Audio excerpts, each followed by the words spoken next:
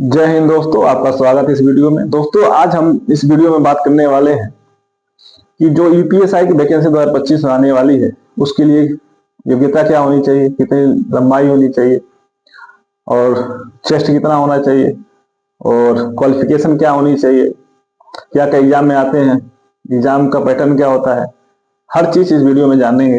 अगर इस वीडियो को आप देख लेते हैं तो आपको कोई भी डाउट नहीं रह जाएगा और आपको पता चल जाएगा कि आप यूपीएसआई के लिए एलिजिबल हैं या नहीं, आप फॉर्म भर सकते हैं यानी फॉर्म अप्लाई कर सकते हैं या नहीं। ठीक है, देखिए सबसे पहले हम जान लेते हैं कि फॉर्म कौन कौन अप्लाई कर सकता है। देखिए इंडिया में आप कहीं से भी हैं, भारत के नागरिक हैं, तो आप यूपीएसआई का फॉर्म अप्लाई कर सकते हैं। ठीक है, और सबसे पहले बात करते हैं इसमें शैक्षिक योग्यता कितनी होनी चाहिए। इसमें शैक्षिक योग्यता ग्रेजुएशन होना चाहिए।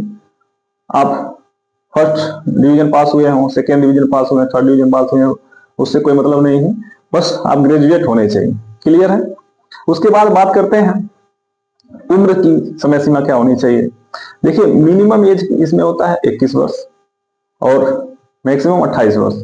21 से 28 वर्ष होता है, ये होता है जनरल कैटेगरी के लिए। अब यूपी से हैं, जनरल कैटेगरी से हैं, तो आपका एज रहना चाहिए 21 से 28 के बीच में। और यूपी से अगर बाहर से हैं, जैसे किसी अन्य स्टेट से हैं, तो आप जनरल में काउंट होंगे, तो आपके लिए एज वही सेम रहेगा 21 से 28 वर्ष।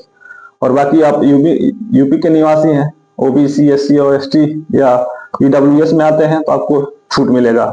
आपको जितना आरक्षण मिला हुआ है उस परसेंटेज के हिसाब से आपको छूट मिलेगा। क्लियर है। उसके बाद बात करते हैं कि लंबाई कितनी होनी चाहिए। ठीक है, देखिए जनरल, ईडब्ल्यूएस, ओबीसी और एससी के लिए लंबाई होनी चाहिए 168 सेंटीमीटर। क्लियर है। और एसटी के लिए लंबाई होनी चाहिए 160 सेंटीमीटर। ये हो गया मेल की बात। अब बात करते हैं फीमेल की। जनरल, ईडब्ल्यूएस, ओबीसी, एससी के लिए, एससी महिलाओं के लिए हाइट होनी चाहिए 152 सेंटीमीटर। और वहीं बात करते हैं एसटी महिलाओं के लिए। एसटी महिलाओं के लिए हाइट होनी चाहिए 147 सेंटीमीटर। क्लियर है। अब बात करते हैं कि पुरुष के लिए चेस्ट कितना होना चाहिए। देखिए पुरुष के लिए ईडब्ल्यूएस, जनरल और ओबीसी, एससी के लिए चेस्ट होना चाहिए मिनिमम 79 होना चाहिए और 79 से 5 सेंटीमीटर फुला के 84 सेंटीमीटर। क्लियर। 79 से 84 सेंटीमीटर होना चाहिए, मतलब मिनिमम आपका चेस्ट 79 होना चाहिए, उसके बाद आपको 5 सेंटीमीटर फुलाना है। क्लियर है। ये हो गया जनरल, ईडब्ल्यूएस, ओबीसी और एससी के लिए।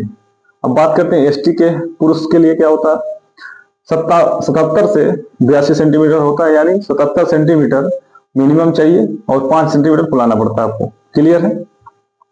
और वजन की बात करते हैं पुरुषों के लिए, तो 50 केजी वजन मिनिमम होना चाहिए आपका। ठीक है। उसके बाद बात करते हैं महिलाओं के लिए। महिलाओं के लिए देखिए चेस्ट नहीं नापा जाता है, इनमें बस वजन मापा जाता है जो मिनिमम 40 केजी होना चाहिए। ठीक है। और 40 केजी से वेट कम होता है तो दिक्कतें आ सकती हैं। क्लियर है।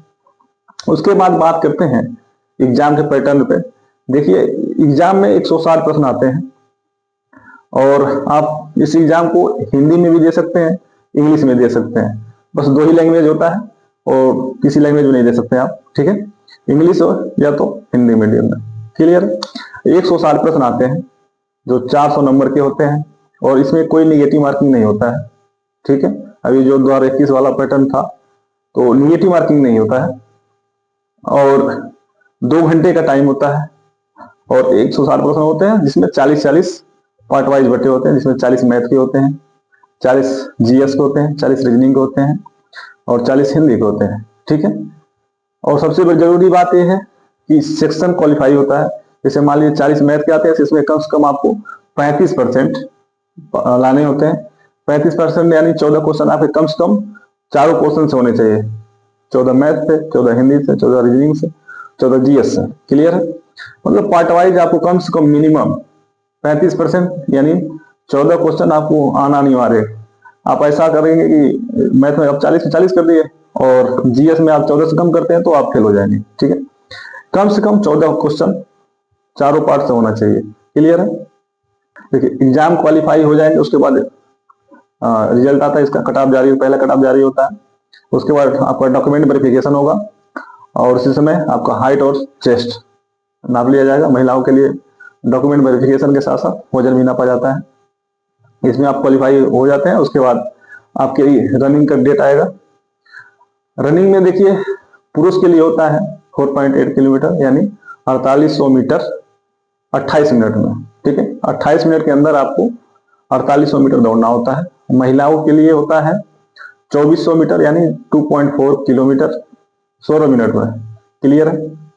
जब आप जो लोग रनिंग में पास हो जाते हैं उसके बाद फाइनल मेरिट लगता है मेडिकल से पहले, और जितनी वैकेंसी होती है उतने लोगों को पास किया जाता है, और मेडिकल में जो फेल हो जाता है बस फेल है। ठीक है, और मेडिकल होने के बाद आपको ज्वाइनिंग लेटर मिल जाएगा और फिर ट्रेनिंग का डेट आता है, आप ट्रेनिंग में चले जाएंगे। क्लियर है? तो उम्मीद करते हैं वीडियो आपको पसंद आया हो, और जो भाई बहन आपकी तैयारी कर रहे होंगे और यूपीएसआई का फॉर्म अप्लाई करना चाहते हैं उनको भेज दीजिए, ताकि उनको भी पता चले कि वो लोग यूपीएसआई के लिए एलिजिबल हैं कि नहीं है।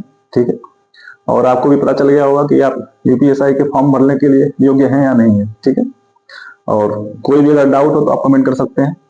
वीडियो पसंद आया तो लाइक कर दें, वो आपकी मर्जी है। अगर आपको अच्छा लगे तो लाइक करिए, नहीं अच्छा लगे कोई बात नहीं। ठीक है, मिलते हैं अगली वीडियो में, तब तक के लिए जय हिंद। अपना ख्याल रखिए और तैयारी को बेहतर बनाइए, माता पिता का सम्मान कीजिए।